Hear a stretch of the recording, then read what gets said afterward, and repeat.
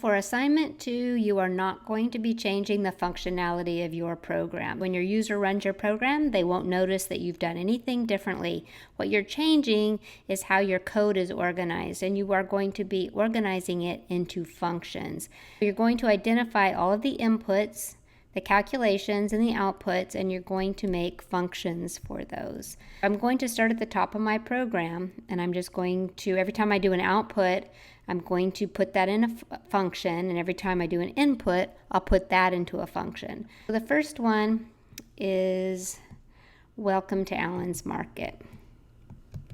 I'm going to make a function down here, and it'll be a void function because you notice when I print welcome to Allen's Market, it just does something and then it's done. It's just going to print a message. So I'm going to just call that print welcome. And then I'll paste that back in there. And then to execute this function, I just will replace that with the function call. So when this statement is executed, it will go find where I put that code, which is down here, and it will execute the statement that used to be in main, and then it will return and continue on. The next thing that I'm going to do is I want to write functions for each of my inputs. My item name, my quantity, and my unit price. These functions are going to return information, and how I'm going to do that is I'll cut this out. And then I'm going to make a function down here, and the item name will return a string, and I'll just call this get item name. And I'm going to have to create a local variable. I'll create another variable, item name, and I'll set that to some default value. This item name is not the same as this item name up there. You have to think of each function as a black box, and that box contains all of the variables that just go with that function. So I'm going to create a variable item name. I'll prompt the user, I'll read it in, and then I'm going to return it. The only way that main is going to get whatever the user types in is if I return that information to main. And so I will go ahead and I'll set item name to the function that I just wrote. So get item name. And if I run this, you'll see that there's going to be an error. Whoops. It's going to say undeclared identifier print welcome, because in C++, all the functions have to be declared before main. The program needs to know what those functions are before you can call that function. So instead of adding all the function code at the top, we are going to add what is called a function prototype. It's just the header to let C++ know that, hey, this function definition will come later, but just know that it's coming. And so what I'm going to do is I'll just copy that part, and I'll put it right there and end it with a semicolon. And I'll do the same thing right there. And the reason I just copy and paste is so that I don't have any irritating little, syntax errors. Now I'll go ahead and run this. Welcome to Allen's Market. Enter an item, bananas, and then quantity and the price, and please pay. So when I call get item name, the flow of the program execution went down to where this function was called, did its job, and returned the information, bananas, and then I stored it into item name. So you can see my program works exactly the same, right? I'm just putting the code somewhere else and giving that code a name so that when I call that name, it just goes over there and it executes what it's supposed to do. So I'll do the same thing for quantity and for unit price, and I'll put those below. for quantity and unit price. So the same thing, declaring a variable quantity, enter the quantity, read it in, and then I'm adding this because when you start mixing getLine and CN together, sometimes it acts funny. So if you read in a string after using CN, so if you use getLine after CN, your program isn't going to behave how you want it to behave.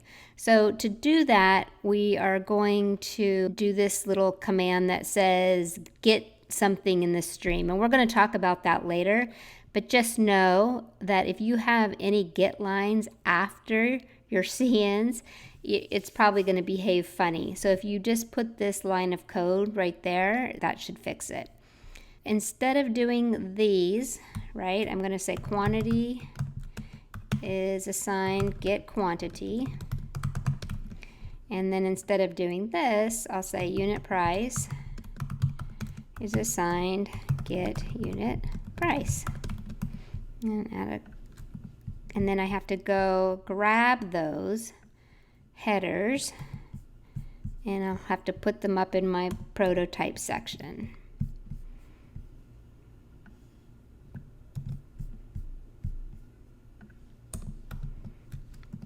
Okay, so I've declared those functions so far. And then notice I'm just putting a header above the function, just one line just saying what the function does. So it prompts for and returns the item name. And you usually don't have to write a comment if it's obvious, but just I would get in the habit of doing that now. So this prints a welcome message. Okay, and you might say, well, why do we have a function just to print one line of code? Well, what if this welcome message had a lot of information, right? Lines and lines of code. Instead of filling up our main function with those lines and lines of code, we can just put them over here and then call that function. And then notice I'm putting 2 lines between my functions, and that just helps improve readability of your code. Okay, so those are all good. And these are value returning functions, right? When I call these functions, they are going to return something, and then I'm going to store that thing in these variables. So when I look at the return type, item name is a string, so the function has a return type of string. Get quantity returns the quantity, which is an int, and so the return type of that function is an int. And then the unit price is a float, so the return type is float. So whatever you're returning has to match the return type of the function. So remember, all I'm doing is I'm just taking that code, this code, out of main, and I'm putting it in a function, and then I'm letting this function just do its job. And then the next thing, I'm going to set total price to quantity times unit price. This function will return some information, but it's also going to need some information, right? So when I call, this is what the function call will look like. I'll say total price is assigned calc total price. And since this function needs these pieces of information, I'm going to have to pass them as arguments. Because this function, remember, is like a black box. It won't know about these variables quantity and unit price. So I have to give that information to the function, and then it can multiply them together and return the result, which will be placed in total price. I'm going to pass quantity and unit price. And I'll go ahead and I'll take this line out, and then I'll add that function down here. And this calculates and returns the total price. So look at what I'm doing. I'm passing these 2 variables. I'm not specifying the type. This is a common error.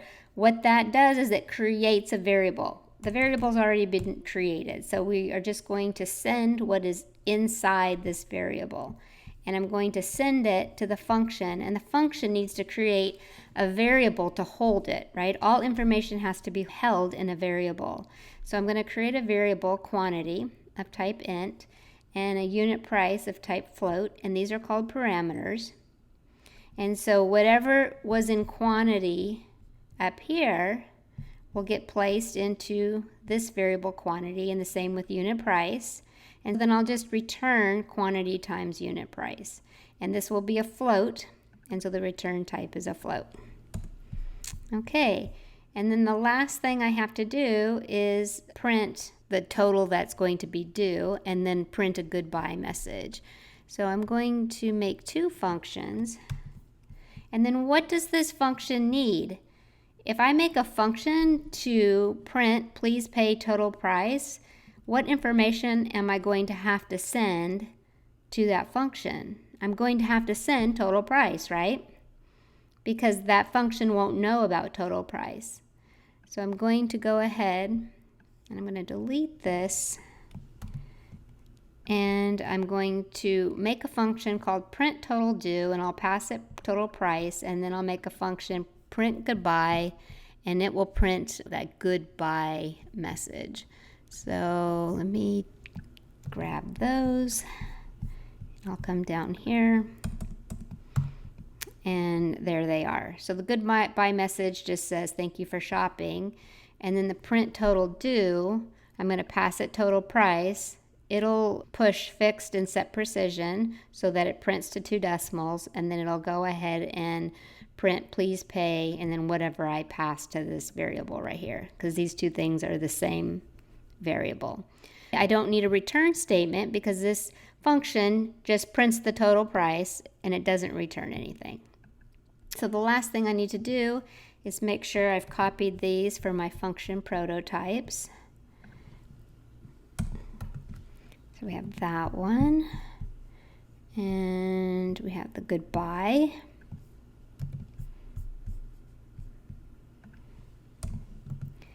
And we have calc total price.